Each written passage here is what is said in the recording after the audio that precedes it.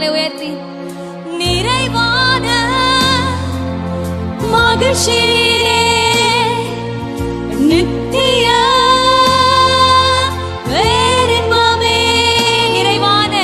நிறைவான மகிழ்ச்சி நீங்க மாத்திரம் ஆண்டவரே. என்னுடைய பேர்